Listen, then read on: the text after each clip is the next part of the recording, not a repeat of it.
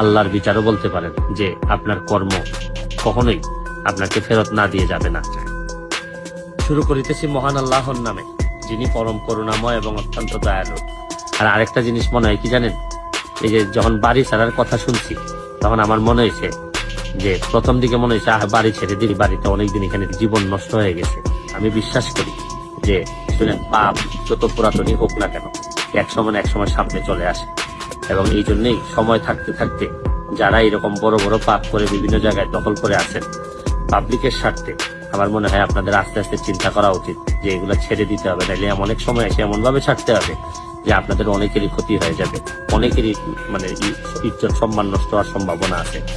তা আমি একটা জিনিস বিশ্বাস করি যে সবাই মিলে কাজ করলে, একটু একটু করে কাজ করলে হয়তো দুর্নীতি উন্নয়নের যে মহাসড়কে যাচ্ছি এখানে সবচেয়ে বড় বাধা হচ্ছে যে দুর্নীতি, এই দুর্নীতিতে ঠেকাইতে না পারলে আমাদের অনেক সমস্যা হয়ে যাবে। বহু মানুষের জীবন নষ্ট হয়েছে, তো এই জন্য আল্লাহ হয়তো এটা প্রাকৃতিক বিচারও বলতে পারেন, আপনি আল্লাহর বিচারও বলতে পারেন যে যাদের তুমি জীবন নষ্ট করছো আজকে তাদের পাপের ফলে হয়তো তোমাকে তাদের জীবন যেতে হয়েছে, আজকে তুমি বাড়ি ছেড়ে যাবা, হয়তো আজকে না হোক কালকে। তো আমি বিশ্বাস করি যে আপনার কর্ম কখনোই আপনাকে ফেরত না দিয়ে যাবে না। আজকের মতো বিদায় নিচ্ছি, ভালো থাকবেন, সুস্থ থাকবেন।